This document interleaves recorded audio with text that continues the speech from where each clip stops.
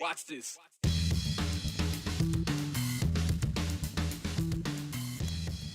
Well, there's a reason Idaho elections have a verification process, and it's led to a change of results in Jerome County and a shift of power in the Idaho House. Almost as soon as numbers started coming into the Secretary of State's office on election night, they start putting them out on their website. And these are the numbers on which media members rely to report results of the election. But they make it very clear those numbers are unofficial because they're either partial or because they haven't been officially verified. That verification includes a canvassing by the local elections office, basically a redo, to make sure it all still adds up the same way. Well, yesterday, Jerome County election staff, they found a few discrepancies. Well, mainly just one, they said, and they said this today. The number of votes on their county website didn't match the number of votes on the Secretary of State's website. And when those numbers were being transferred, we're told, from one place to the other, the early voting numbers didn't come through because of a computer issue. I spoke with Deputy Secretary of State Chad Houck, and he told me that's kind of what the problem was. But then Jerome County fixed it. And this morning, the Democratic candidate from House B, or for House B, who thought she won in her first try at any public office, Karma Metzler-Fitzgerald, well, she found out she actually lost this morning. When those missing numbers were accounted for, Karma went from winning by 383 votes to losing to the Republican candidate Jack Nelson by 83 votes, a swing of about 466 votes. And what was on election night a somewhat surprising clean sweep for Democrats in District 26 is no longer. And Karma was devastated when she got that phone call this morning.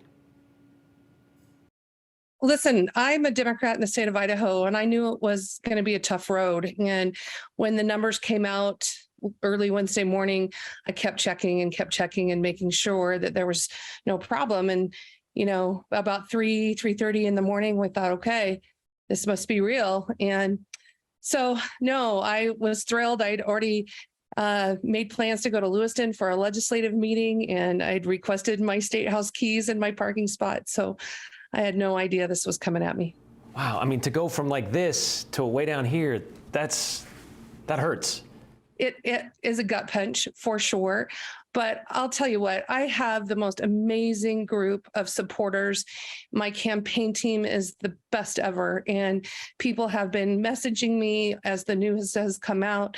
So I'm in good hands. I have great people, and we'll wait for those official results to come out next week and take a good hard look at those. And I suspect we'll ask for a recount, but I have to believe and trust in the process. And it is a process, unfortunately. Karma doesn't believe it was anything but a simple mistake. Still, she has to wait until the votes are verified officially by Jerome County on November 18th to decide if she does want a recount. The discrepancy didn't change the result of the other races in District 26, though. Although Democrat Ned Burns' margin of victory shrank to just 38 votes, and Democrat Ron Taylor's win over Republican Laura Likely was by just 512. Idaho's House, which we believed at the time, as well as yesterday, as early as this morning, or as late as this morning, I would say, we believed it would be the same breakdown of Republicans versus Democrats as it was last session. Will now include one more Republican. All right, out of sight, out of mind. You've heard the saying before, I'm sure, and unfortunately, it's a common view for those in the prison system. Like, how often do you actually think about the Idaho State Correctional Institution? The prison that's south of Boise near Kuna, you've seen it maybe with the lights at night. Likely you don't think about it at all unless you know someone in there. Well, inmates and their families are demanding attention right now because they say the prison is dealing with a whole list of problems. And the impact of that tends to fall back on the inmates, obviously. Andrew Bartline talked with one of those inmates today and the wife of another, talking about the reporting of staffing shortages this prison has seen before. We've talked about all that stuff before, but what is happening now? Yeah, well, it's a little bit of yes and no in terms of is it the same as things that we've seen before over at the prison. And when we talked with them earlier today, they say, this goes back to August, I should say, when KTVB first reported this, that a staffing rate at about 76% at that prison, or throughout IDOC, I should say. That's when we talked with Josh Tewalt. He's the director at IDOC, and he told us it can have a variety of impacts. It means staffing cannot provide certain services like escorts or programming or people coming to visit, just to name a few. We talked with with Micah Cassidy about these impacts today. Her husband is an inmate at that state prison. Since May, she has been waiting for a background check paperwork to clear. That's so her 6-year-old son can go visit his father. But for months, she says no progress has been made. She adds a staff member told her they simply don't have the staff to check because right now it's just not a priority. He's just been doing video visits, and he is very sad. He cries almost every night for him. And it seems like it's just a button for them, and it's just frustrating. I've even asked, do you need volunteers? Do you need me to try to reach out to some program that you might trust, that we can try to get someone in there to help you do those background checks? Because there's a lot of people waiting for their visiting applications to be done. But what concerns her the most is what's happening inside the prison. She says her husband's unit, that's Unit 14, does not have a heater on his side or his tier. It's been like that for more than a week. The inmates have been in that unit and they have been cold. So we got in touch with an inmate. His name is Steven Sorensen. He lives in a separate tier than Cassidy's husband, but they're both in Unit 14. They're connected by a doorway. He arrived at Unit 14 in August of this year. And through the summer, he says they've had no air conditioning either. His tier does have a heater, but now that it's getting cold, he says it's easy to look over and see other inmates that are suffering. It was so cold on that tier that people could see their breath in the morning when they got up. And they were working on getting the air conditioner or the heater working. But what they did this morning is they opened the fire escape door from one tier to another, and they had put one of those big fans in the doorway to blow the heat from one tier into the tier that was really cold. So I stood about 10 foot away from the door, and I could still feel the cold air coming from their tier onto ours as the heat was circulating.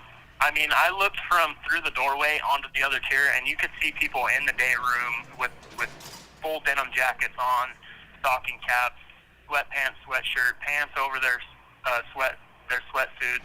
You know, they're in there cold, freezing, you know, and it's been that way for 2 weeks, I think. Cassidy has been making phone calls and emails for about a week now, and she got this response from the prison warden, that's Tyrell Davis. He confirms there is a problem with the heater. He goes on to say they don't know when that heater will be fixed because they need a part to be shipped. With the supply chain, the prison is unsure when that part will arrive. That email also mentions they're checking temperatures and passing out blankets for inmates to stay warm. Sorensen says he is unaware of the prison passing out blankets or additional clothing to keep people warm. As for the temperature readings, Sorensen says it's bad. I did ask a staff member that went onto that tier earlier today. He said that he took a temperature reading of the unit, and one spot in the unit, it was 52 degrees in there. It's frustrating to me because, you know, we understand that we're here in prison because we've done something wrong, but we rely on these staff members to keep things humane for us and to make an environment that's not so much that we're like suffering, you know? Now, we've tried to get in contact with IDOC since just after 10 a.m. today, because when you hear about this, you know, he said, she said, we want to talk with them, find out if this is true or not, if the things people are saying, they can confirm that and give us more nuance per se or some context.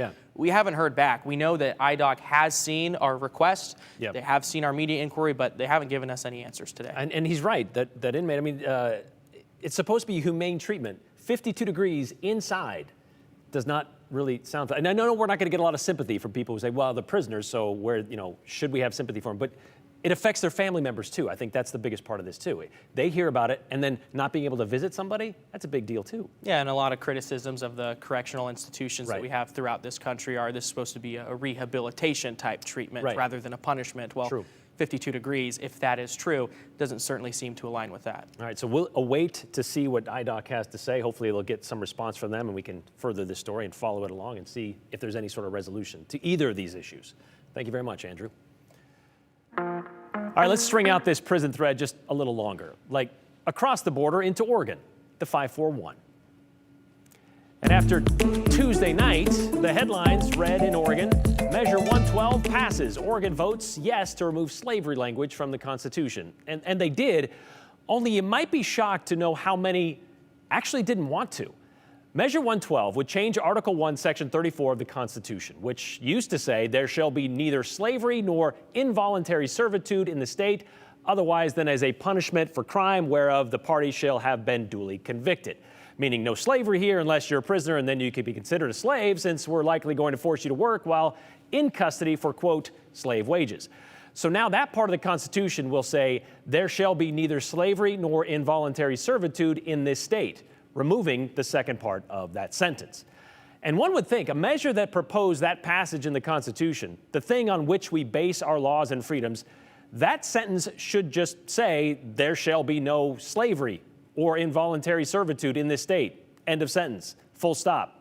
Right? One would think you might get 99% of the people to agree to that. I mean, they just did a similar thing in Alabama and in Tennessee, and at least 80% of those voters in those states thought it was a good idea. And those are former slave states. Oregon, meanwhile, only 55% of the voters thought it was a good idea, meaning 45% said, nope, let's keep it the way it is. 44.5%. So where did these no votes come from? Well, you might have some idea. How about Malheur County? 71% said, nope, keep the slavery for punishment part. Baker County, 72%. Grant County, 72%. Morrow County and Wheeler County, both of which just agreed to start talking about joining the state of Idaho, 73 and 75% respectively voted against it. Harney County, the biggest one, 76% said no. Just shy of 683,000 people across the state of Oregon said no. We want to keep slavery as some form of state-sanctioned punishment. Why? Well, short of cold calling someone who did vote no, there's some speculation as to why some people wanted to keep it. And those people work in law enforcement. Oregon State Sheriff's Association voiced their opposition to Measure 112, and they filed a statement with the Oregon Secretary of State's office saying, while the State Sheriff's Association does not condone or support slavery in any form, Measure 112 creates unintended consequences for Oregon jails that will result in the elimination of all reformative programs and increased costs to local jail operations, which is what they wanted to say. The sheriff of Wasco County, by the way, in which 57% of voters voted against the measure, Sheriff Lane Magill said in an op-ed, voting for the measure would directly affect most, if not all, of our work programs at NORCOR, which is Northern Oregon Corrections. Some of those work programs, he said, include cleaning the facility, like cleaning the jail, doing the laundry in the jail, picking up trash around the area. Jobs, he pointed out, which are not forced labor. They are voluntary, he says. However, per the state constitution, the Department of Corrections requires inmates to work. And they wrote it like this: whereas the people of the state of Oregon find and declare that inmates who are confined in corrections institutions should work as hard as the taxpayers who provide for their upkeep, well, all inmates of state corrections institutions shall be actively engaged full-time in work or on-the-job training. That's in their constitution. So what was that determining factor for 683,000 Oregonians that made them decide to say no? Well, whether or not they could still get inmates to work for less than $10 a month, was that it? It's enough to sway 45% of the population to not want to say no slavery in this state, period? Well, there are only 4,400 employees in Oregon's Department of Corrections, by the way, and the Department of Corrections operates 12 correctional facilities across the state, only 3 of which are in those counties we just mentioned on the eastern side of the state. It's also worth pointing out, this is the same state, and we've talked about this before. This is the same state that hasn't exactly had a clean record when it comes to race relations, dealing with those who have been historically enslaved. They are called exclusionary laws, and Oregon had 3 of them. In its territorial days, in 1844, there was a law passed that allowed slaveholders to keep their slaves, but only for 3 years. And after that, those slaves, the black people, had to leave the territory within 3 years. And if any stayed behind beyond those 3 years, well, they could be whipped 39 lashes every 6 months until they did leave. 5 years later, another law barred black people from just coming into the territory. You got to stay out. Legislators believed it, quote, it would be highly dangerous to allow free Negroes and mulattoes to reside in the territory or to intermix with Indians, instilling feelings of hostility toward the white race, end quote. Then, when Oregon wrote its constitution in 1857, it included a clause banning free blacks and mulattoes from moving to Oregon. It also wouldn't allow them to own real estate or enter into any sort of contract. No slavery, sure, but also no non-whites allowed. These laws were not removed from the books until 1922, and Oregon was also one of the few states to refuse to ratify the 15th Amendment. You know, the one giving black men the right to vote in 1870? Oregon didn't ratify it until 1959. And the 14th Amendment, the one giving equal protection of the law to everyone born in the U.S., that was ratified in 1868. Oregon didn't jump on that train until 1973. So Oregon has a history of non-white discrimination. Does that explain why 45% of them voted against removing slavery language from the Constitution? But ultimately, they did, thanks to the other 55%.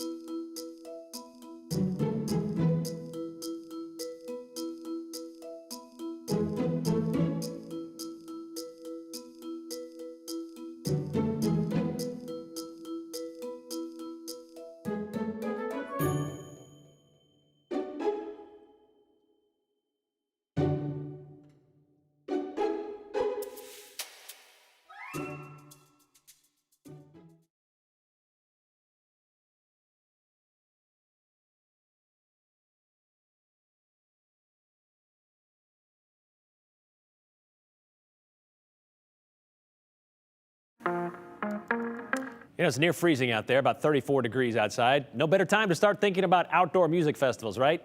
Well, you might not be, yet there is an office in downtown Boise thinking about a warm future, a future that is built on a decade of hard work and the community coming together. The Treefort Music Festival, set to take over Boise in March, and this year kicks off a new decade, a new era of Treefort Music Fest. Here's Joe Paris.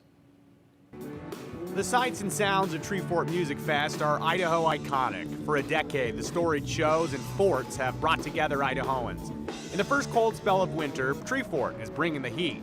The first major announcement for Treefort 2023. Yeah, we get the first round of our artist lineup for Treefort 11, so we're starting our second decade. Eric Gilbert is co-founder and festival director of Treefort Music Fest. He describes the mindset of the Treefort team as they approach a new milestone, Decade 2 of the growing festival. I think the mindset is, I don't know, longevity. I think also Boise is just in this really unique spot. I think Boise has an opportunity to define its future, and I think we take our role in that seriously, and a big part of that is growing demographics, and just want this, we're now a music city, and I think we want to represent that well too. 10 years after Treefort won in 2012, the festival has exploded to new heights. Something hard to really put into perspective in a simple soundbite. It's hard to, I guess, even put myself back in those shoes, but yeah, I'm just grateful to still be here and excited to be doing what we're doing, obviously with the new venue coming that we're building, and it's a lot happening all at once, but the team's really excited, and yeah. The major part of the Treefort experience is the music, because no duh. But there's a lot to it. So here is the headliners for 2023. I'm excited about a lot of it. I mean, I'm really excited about Margot Price. Her new record's really cool, and it's kind of the first more country artist we have as a headliner, and really love her on a lot of fronts. I'm excited about Ani DeFranco too, just like old fan from the back in the days, and she's such an icon, and not like in feminist circles, but also in the independent music world, and she's also gonna give a talk of some sort. It may be hard to visualize on a cold winter day with all the snow and the winter air here in the air, but this spring, it's a brand new chapter for the Treefort Music Festival. Here at Julia Davis Park, of course, we know the Gene Harris Band Shell, but come March, it won't be the only stage here in the park, as the main stage from Treefort moves right here. I think it's cool that we've kind of been able to just bring more people into the fold and into that mindset, and we have the opportunity to continue to show that it's possible to do it a different way. And the new main stage location will offer more space for families, kids, and all festival goers. Julia Davis Park is going to help us expand on that, especially with amenities like the zoo close by that we're going to be working with. So, and I think some expansion of Kid Fort and other family programming we're also excited about. Julia Davis Park won't be the only new look for Treefort. The Treefort Music Hall in downtown Boise is also in play for the March Festival. So Treefort Music Hall is going to be open and operational for Treefort Music Fest just in time. So it's going to be tight, but we're excited. That'll be kind of it may not be fully done, but it'll be operational. It'll be the first glimpse probably right around that time for the community to get to experience it. Through the changes and growth, Gilbert says the spirit of the festival remains the same year in and year out. One thing I love and I'm proud of our team of is we still have those roots in us though, right? We're very we're come up out of the DIY music world, and we're still a scrappy bunch, and we're still very much connected to our community, and that's what's most important to us.